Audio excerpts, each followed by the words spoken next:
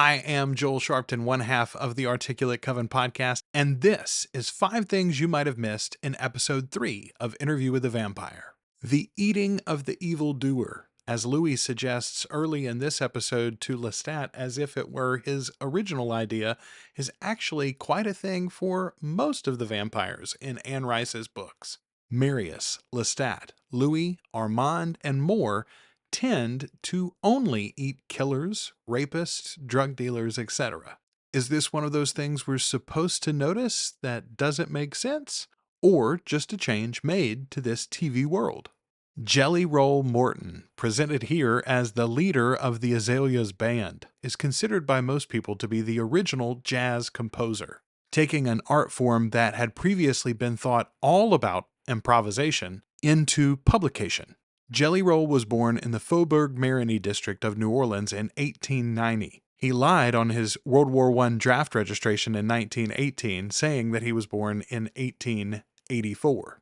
Morton started his jazz career at 14, working in a brothel, just as we see on the show.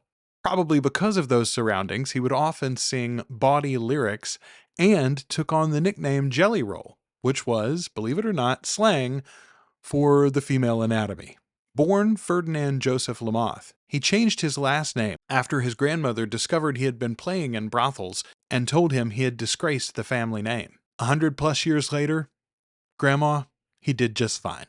In the real world, Jelly Roll Morton moved to Chicago in 1914, so he wouldn't have been in New Orleans for Lestat to run out of town in 1917. The Wolverine Blues was first published in 1923 in Richmond, Indiana, and was not written, even in part, by Lestat.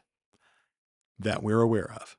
A new flame and an old boyfriend unsettle our vampiric domestic bliss in this episode. While Jonah is a new creation for the show, Antoinette is a gender-swapped Antoine from the original novel Interview with the Vampire. My libido was not what it had been. No spoilers for either Antoine or Antoinette storylines, but you should know she is an Anne Rice creation. The Odyssey of Recollection. If you watched my video about things you might have missed in episode 2, you are already watching for this sort of thing. Whether or not it was raining when Jonah and Louis go out to the bayou is just the most obvious example so far that we've gotten in the show that things don't all add up. Why don't they add up? Who doesn't want them to? What will it all add up to in the end? Anyway, watch closely, my friends. You're seeing a magic trick pulled off by Rollin Jones and company. They said the thing! Louis asks Daniel toward the end of the episode, "Is my very nature that of the devil?" That's the title of this episode, of course. Just like every episode title in this series, it's also a line directly from Anne Rice's original novel. Rollin Jones, the creator and showrunner of this series, is a devout Anne Rice fan and passionate about her novels. These titles are just a small way that love and reverence is shown throughout this series. The series is an amazing adaptation of Anne's works, and I'm excited that new people are finding it every day. But the fact that some of those people will then discover Anne's timeless works makes this all even that much more special. There's your 5. It's time for your lagniappe fact. Lestat references the Louisiana Purchase as penny wise and frank foolish. The Louisiana Purchase, as we call it in American history, or as they call it in France, Vente de la Louisiane, which means the sale of Louisiana, was completed in 1803 under the jurisdiction of President Thomas Jefferson and Emperor Napoleon Bonaparte.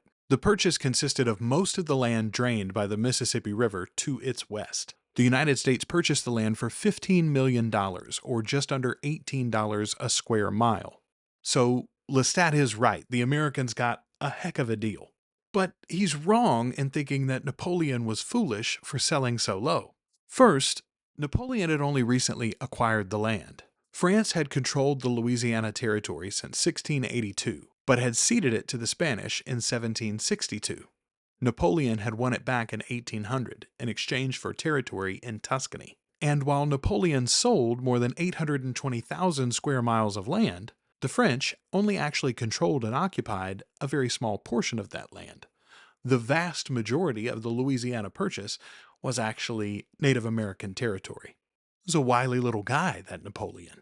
Okay, So next week, lots of Claudia. So stay tuned. Though, if you're watching this on YouTube, the next episode is already available on our Patreon feed. See the links below. This video was made possible by our patrons. Makers Gabbi Necklen, Jennifer Morgan, Mendi Raftery, Child of the Millennia, Mère, and the Queen of the Damned herself, Nancee Ward. This one's for you, Nancee. If you want to support the show and get all of our content ad-free and early, go to articulatecoven.com/join.